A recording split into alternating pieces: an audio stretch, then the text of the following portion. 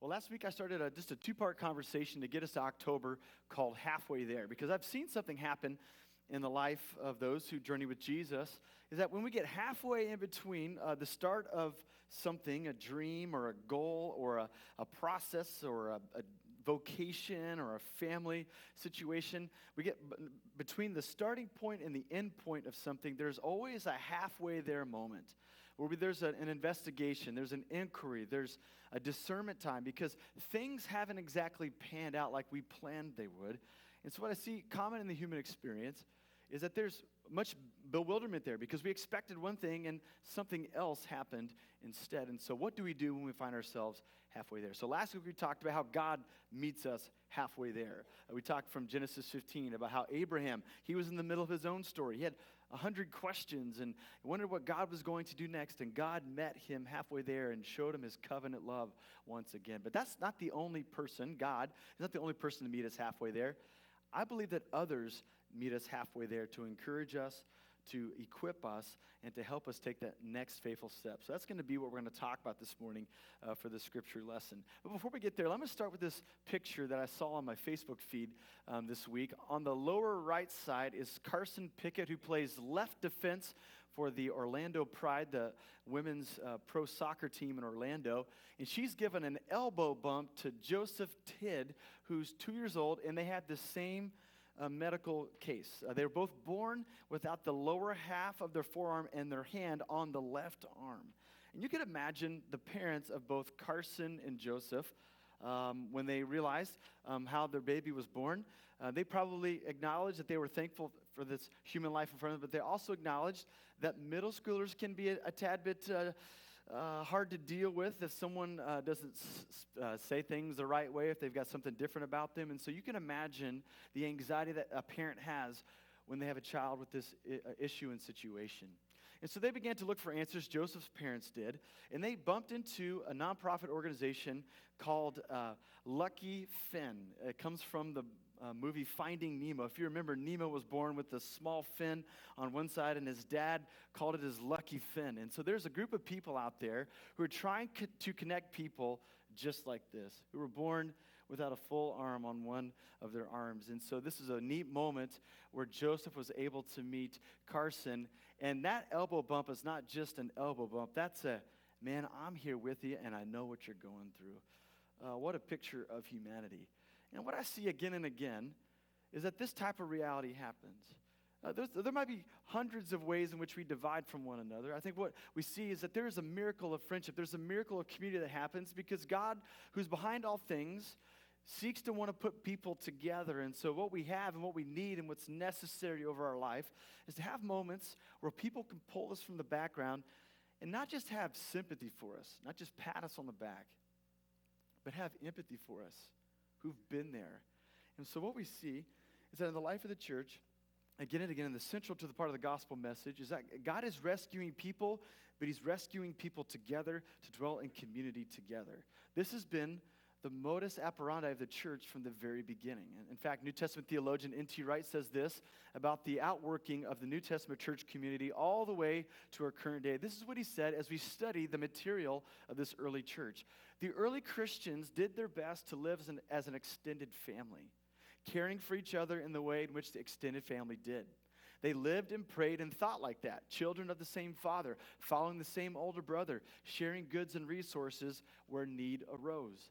When they talked about love, that's the main thing they meant. Living as a single family and mutually supporting community. The church must never forget that calling.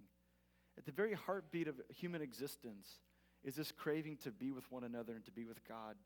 And from the very beginning, the church has doubled down on this process and this mission to lead people to Jesus and to lead people to one another.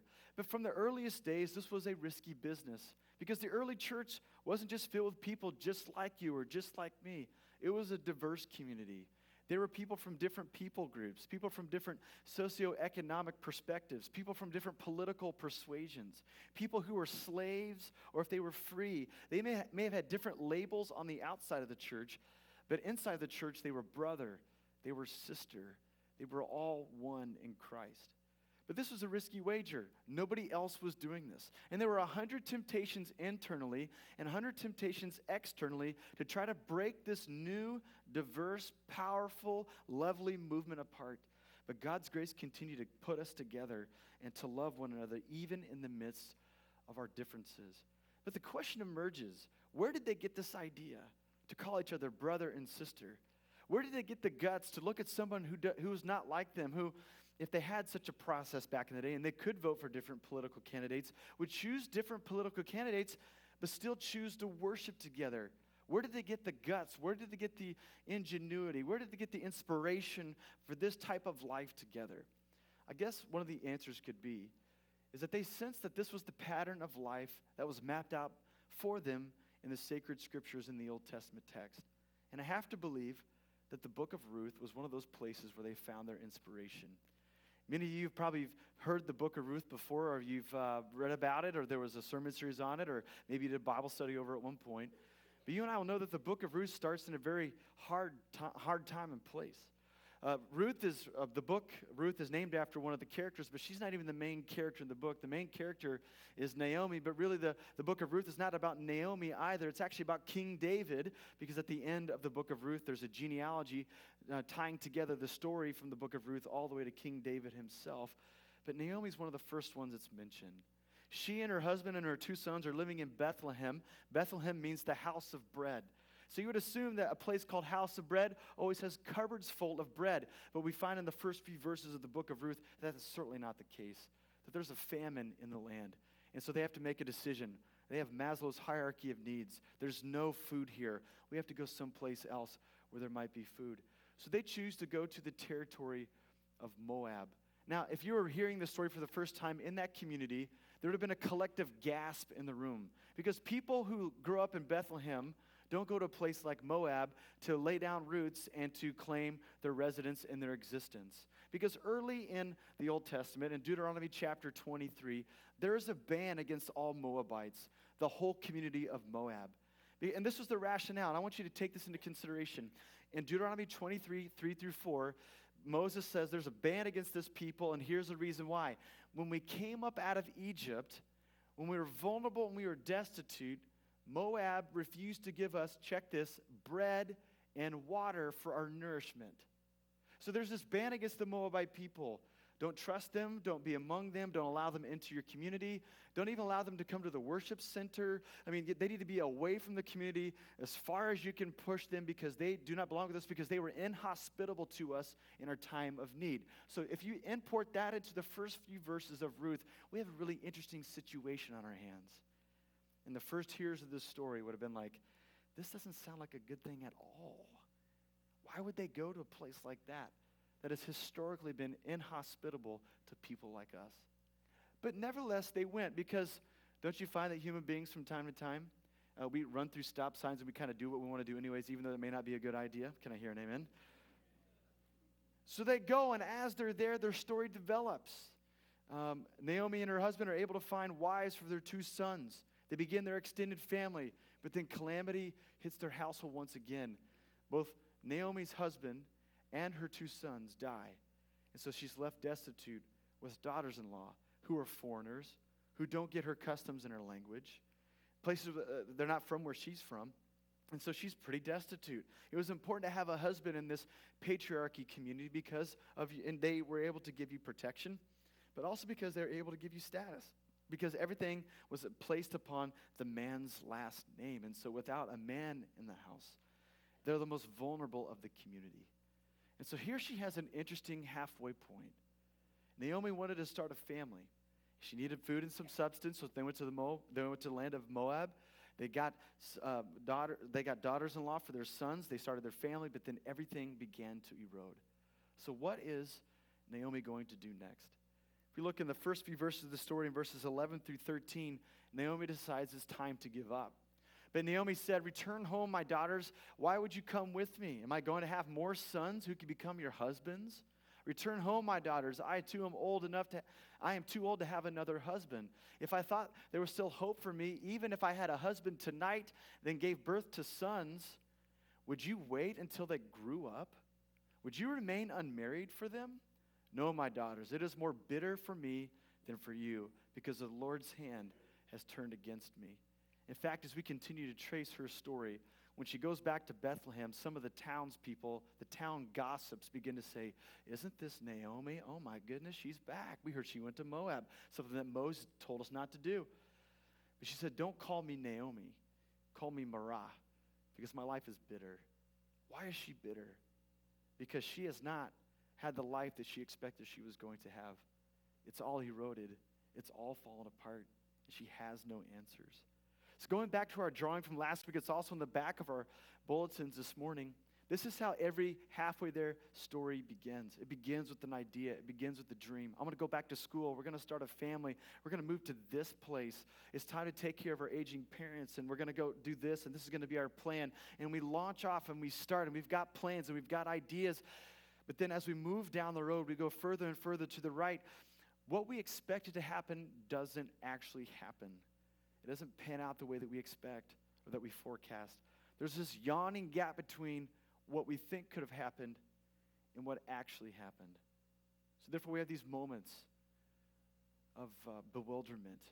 What is going to happen next? Is there enough juice in this story to continue on? Or is it time for us to stop it, to unplug it, to quit, to try something brand new, to pick up and move somewhere else, to pick up a different dream, to enroll in a different set of classes? If I didn't get that job at work, maybe I just need to do something altogether, not to stay in this industry. These are all discerning questions that we have when we are halfway there. And this is what happens when we're halfway there. We begin to look for help and for answers. We talked about it last week. God is halfway there with us. We're never alone halfway there. But God also includes other people who are halfway there with us. But Naomi didn't see it. I saw this drawing from one of the New Yorker cartoonists. She says this: failure slams the door in your face but slips a key in your pocket. That's why you need pockets. I think some of us have seen this before in our own life or in the lives of loved ones. It seemed like there's a huge obstacle in front of you. A relationship has eroded. You had hopes for it, and it ended. There's a estrangement in your family, and there was an attempt to try to reconcile, to try to make do with something, but there was resistance towards it. You reached for that raise, you didn't get it. You begin to ask questions of whether you have worth to go further or not. Doors are always slammed in our face, but every single story that you and I like to tell and to tell again and to repeat again and again is when a person comes to a slammed door in their face, but they realize when they check their pockets, there's a key inside, and there's a door that's going to be opened. Naomi didn't see it. She felt like the math doesn't work. I can't find another husband. I can't have more kids. I don't have more sons. Are you really going to wait for me to provide for you another husband? This story is over. At least she thought it was.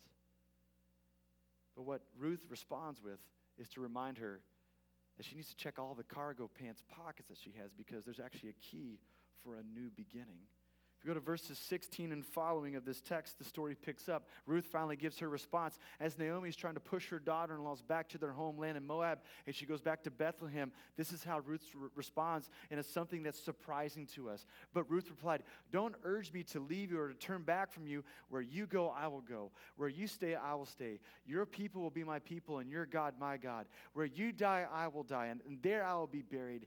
May the Lord deal with me, be it ever so severely, even if death separates you and me." When Naomi realized that Ruth was determined to go with her, she stopped urging her. This is what Ruth is saying. It seems impossible, the days in front of us, the probability that we can survive. But here's my lot. I want to stick with you. I want to be with you all the way to the end. This is my vow. I don't know the clarity in front of us. I don't know exactly what's going to happen. I don't know the extra hardships that could accompany us on our journey back to Bethlehem. Who knows what's going to happen for us there? But this is the one thing I do know. Anywhere you go, I want to go with you. And the rest of the story begins to play out because of this commitment from Ruth to her friend Naomi, who met her halfway there.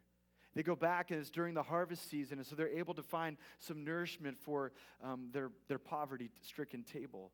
They're able to find, through a loophole in a legal system where there was an exchange of a sandal at the city gate. You have to read the story to trust me on that. But an exchange of a flip-flop allowed Ruth to marry Boaz, who's one of the most wealthy persons in their community, and they're able to start a family. The most staggering thing about this story, the book of Ruth, is what happens from beginning to end. If you remember when Naomi and Ruth come back into the city gates, all the town gossips, all the women finding the new juicy details of Naomi's life, they're loading her with criticism. They're pointing the finger in her face for leaving their community and going to the community of Moabs. They're saying, could this be Naomi? But those same town gossips by the end are loading praise upon her. Because even though she came home empty-handed, but because of God's faithfulness, she holds a new grandson in her arms. Because in one of her pockets, there was a key for a brand new door. Because somebody met with her halfway there. And that's the power of the story of the book of Ruth.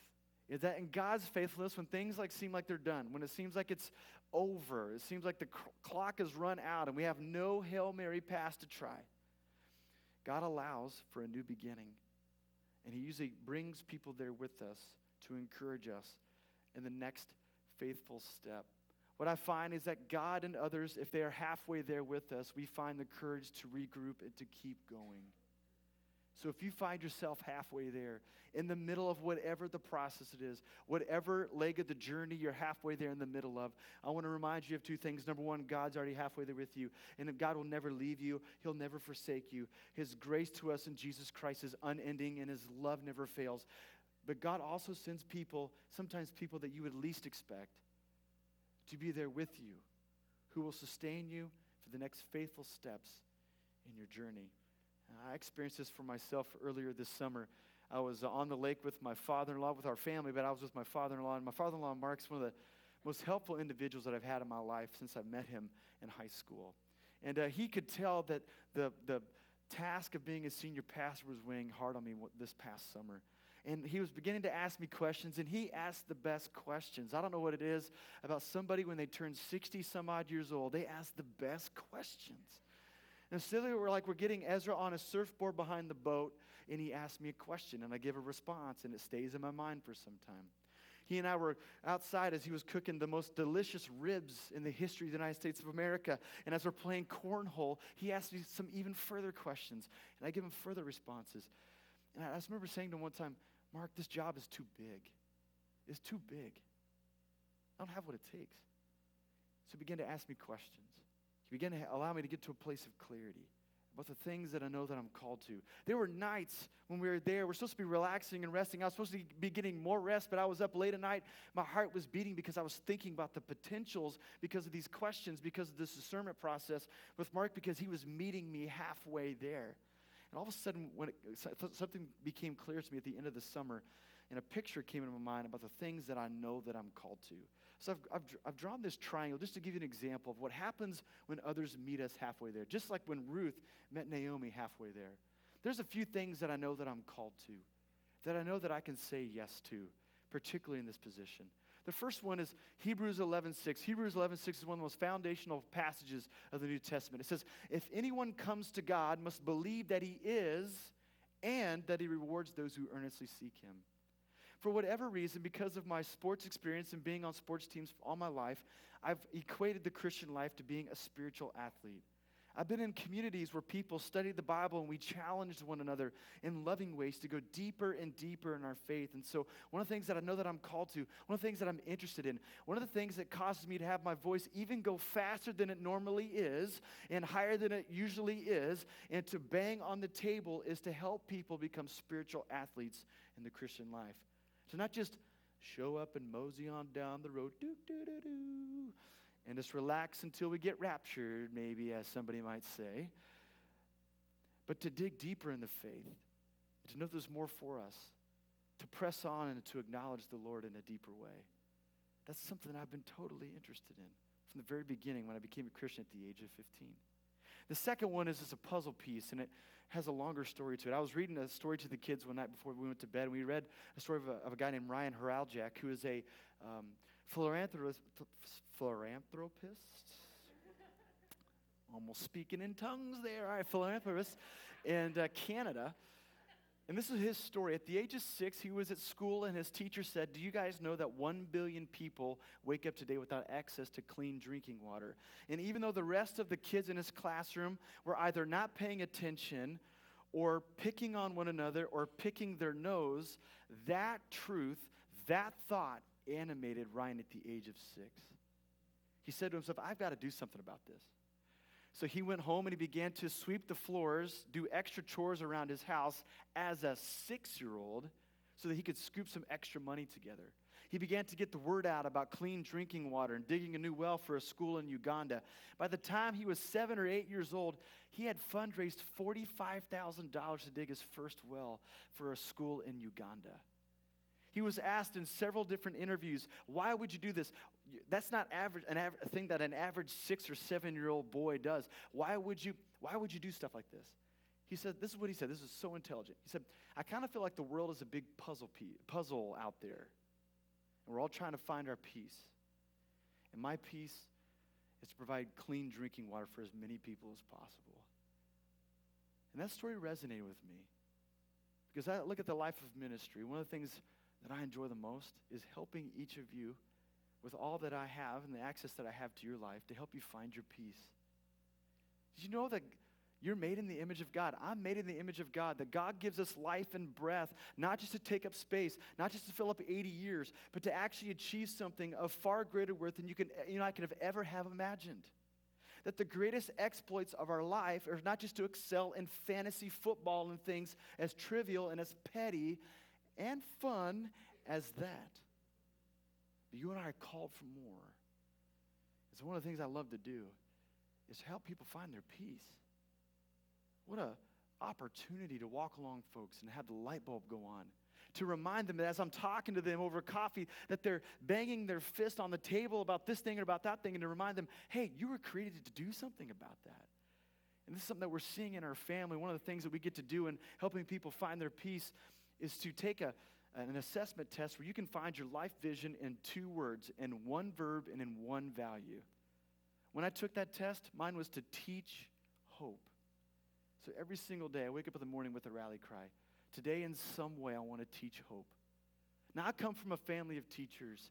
I don't think I teach maybe the way that they do, but I just want to open up people's minds. I want to take stories, and I want to take instances of life. I want to take the scripture text. I want to put all those things together, and I want to lead us to consider that the narrative arc of the world around us isn't towards destruction and disappointment, but it's actually towards hope. And I see this in Ginger's life as well. She's helping people with this thing called the Enneagram and open up their lives to greater truths about who they are. I see this as Avery takes in new content and information, and she can't wait to share all that she's learning with all of her friends. She teaches Latin to Ezra in my office on my whiteboard on Thursday mornings. I mean, what a kid. And if you ever have the privilege to pray with my son, Ezra, you'll know that he prays the most hopeful prayers you would ever hear in your life. This thing isn't just about me. It's becoming the family business. We like to try to plant hope and to plot goodness in the world around us. And the last of the triangle is just a picture of a house. Because life is not just about finding our own peace and have it be about us and talk about things that we want to talk about.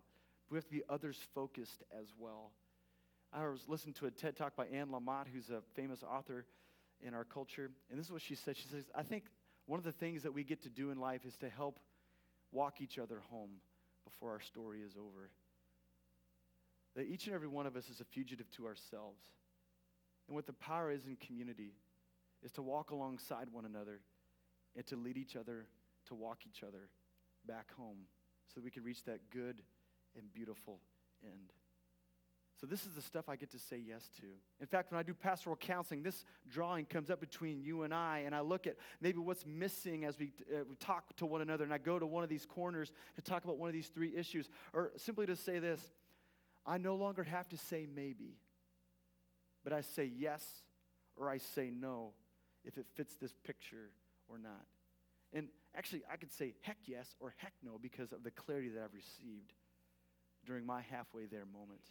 I think there are some of us in this room, we're trapped in endless maybes because we don't have our clarity, because we don't know what's next, because someone hasn't met us on the road, or we haven't allowed someone to meet us along the road to help us to get a clear picture of what's next. So my admonishment for us in this room is to get the clarity, to get the picture, so we could either say yes and we could say no, so that we no longer have to say maybe and trap ourselves in 100 different things that are stealing our years and our moments.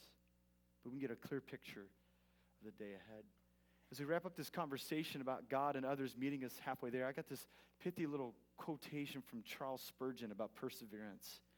By perseverance, the snail made it into the ark. And Stephen P. Henry reminded me, well, two of them met there. Well, that's true.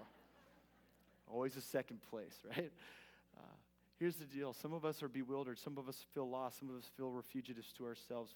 Some of us feel like we want to give up, that there's no hope. There's a long, winding road that we've been placed on. And my admonishment, my encouragement as one of your brothers in the Lord who's meeting you halfway there this morning is to keep going, because God will be faithful. Let's get out of the trap of maybe. Let's get a clear picture so we can say yes, or we can say no, and we can move forward.